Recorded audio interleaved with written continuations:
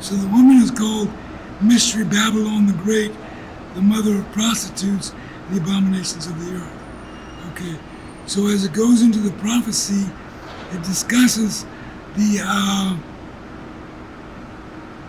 7 kings, and with the 7 kings, 5 have fallen, one is, the other has not yet come, but when he come, he must remain a little while.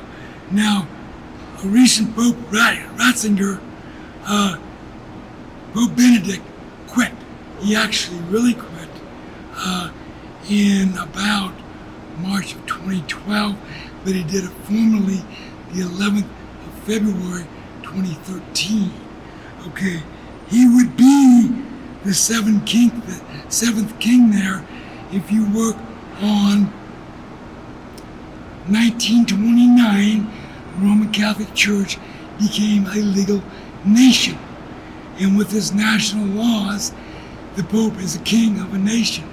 So I contend Pope Benedict was the 7th. And it said of the 7th, he must come and remain a little while. But after that, the 8th shows up. So he's going to be a Pope, but this is the last one. So my thesis here is, I think Pope Francis is the last Pope, and he'll be one of the 2 kings of Revelation chapter 13. So let's do a little history on Pope Francis. Pope Francis announced about 1 October 2022, there is a world religion. It is the fusion of Catholic Christianity and Islam. And he had just come out of an Islamic meeting with an Islamic leader, friends of his, in Dubai. Well, this would be catastrophic to a Catholic to hear Catholic Christianity is the same as Islam. That totally negates the preeminence and the singular reality of who's the Lord Jesus, what about the cross, what about the blood, whatever. So this Pope is building on something that the Pope in the 1980s did. And the Pope in the 1980s, Pope John Paul II, issued a papal bull that anybody in any of the major religions, Muslim, Buddhist, Hinduism, if they study their major books to the best of their ability to obey them, they are saved. They don't need to deal with the Bible. They don't need to deal with the Lord Jesus. They are saved. Well, the only place that Pope Francis edited this, if you say you're a Christian and you're saved, you have to be in the Roman Catholic Church. Well, the new Roman Catholic Church approves of Islam, which says God called Muhammad in about 630, said the Jews dropped the ball, I'm going to give you another religion, blah, blah, blah. Muhammad was a 20, 25, 30-year-old security guard who worked for some rich people that didn't know how to read or write.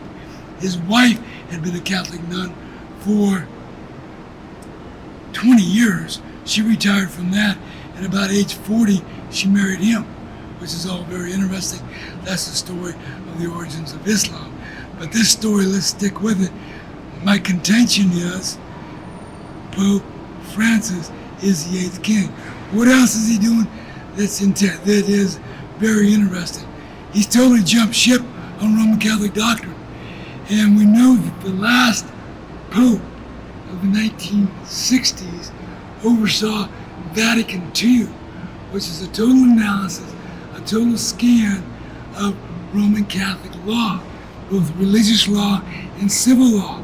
And the last Pope wound it up with this. Vatican II confirms everything Vatican I said is Roman Catholic theology, Roman Catholic law.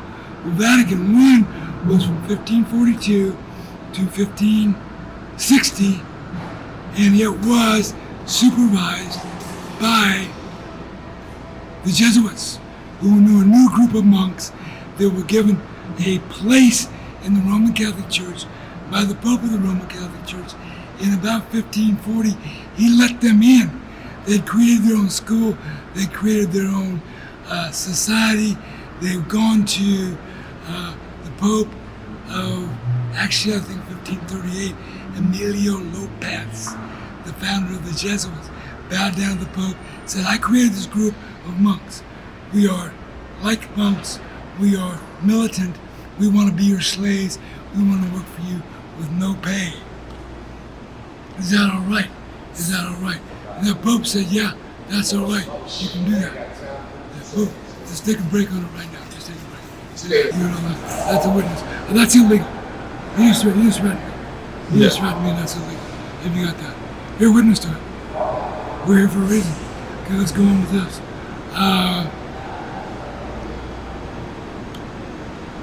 Pope Francis, right now, was the boss of the Jesuits for 30 years in Argentina from 1973 to 2003. When he was doing that, and this is on record, in Argentina, he helped set up a Nazi-type government because he supported a very literal violent revolution, of which Catholic priests opposed it, and he had them thrown in prison. As a counselor to the Nazis during the revolution, he gave them information on how to interrogate people and how to torture people. This isn't a book in South America. That is your current Pope, ladies and gentlemen, if you buy anything about the Pope being the Pope. Now, interesting enough, on one of his titles, when it's translated from the Roman language or the Latin language into a number, because in ancient times, an alphabet would be a number system. So it might be 1 through 18, 1 through 21, 1 through 22. The Hebrews use their alphabet for number system. So it's 22-based number system, to get the idea of what I'm talking about. But on one of his titles, his number for a name is 666, and it's right there. And they say he's got at least 12 titles, and the title of Prince Charles of Wales, when it's translated into Hebrew, does the same thing. When they translate that into Hebrew and give him his name for number, it's 666. The number of the beast is the number of his name. That's what that means. In ancient times, they would use their alphabet as a number system, and then they'd write with numbers as a coded way to communicate if you didn't understand where they were really coming from, because there were about 7 languages they were doing this with. And so I contend, by what's going on historically, Pope Francis is the last pope, which means we're way into the end times. And he says the only way you can be a Christian is to be a Catholic Christian. Well, he hasn't erased with Pope John Paul II yet, where he's at either. So he's got to go along with the papal bull that came before him that he agrees with by silence, and that anybody sincere about any religion, if he does what the books say, is automatically saved, which would be Buddhists, Hindus, and there are 320,000 faces on God, Muslims, yet with the exception is Protestant Christianity, which is the literal interpretation of the New Testament, of a good translation of the Holy Bible. If you literally translate the New Testament of the Holy Bible with a good translation, it means what it says what it means. You have to obey that, be a Christian. It's old King James, it's Protestant Christianity. Martin Luther had it, but there were people doing it from every century, from Martin Luther back to St. Patrick in 700 AD. They were Protestant Christians because they were protesting the Roman Catholic Church. That's where they got it. They're protesting. Were they protesting? The Roman Catholic Church. So I'm a Protestant, but also in the word of breakdown, it means you have a testimony. I'm for my testimony. I'm for the testimony of the New Testament, which is Protestant. Para testimonium. Latin. Para testimony. I'm for testimony. Let's end it right there. We got 10 minutes, don't we?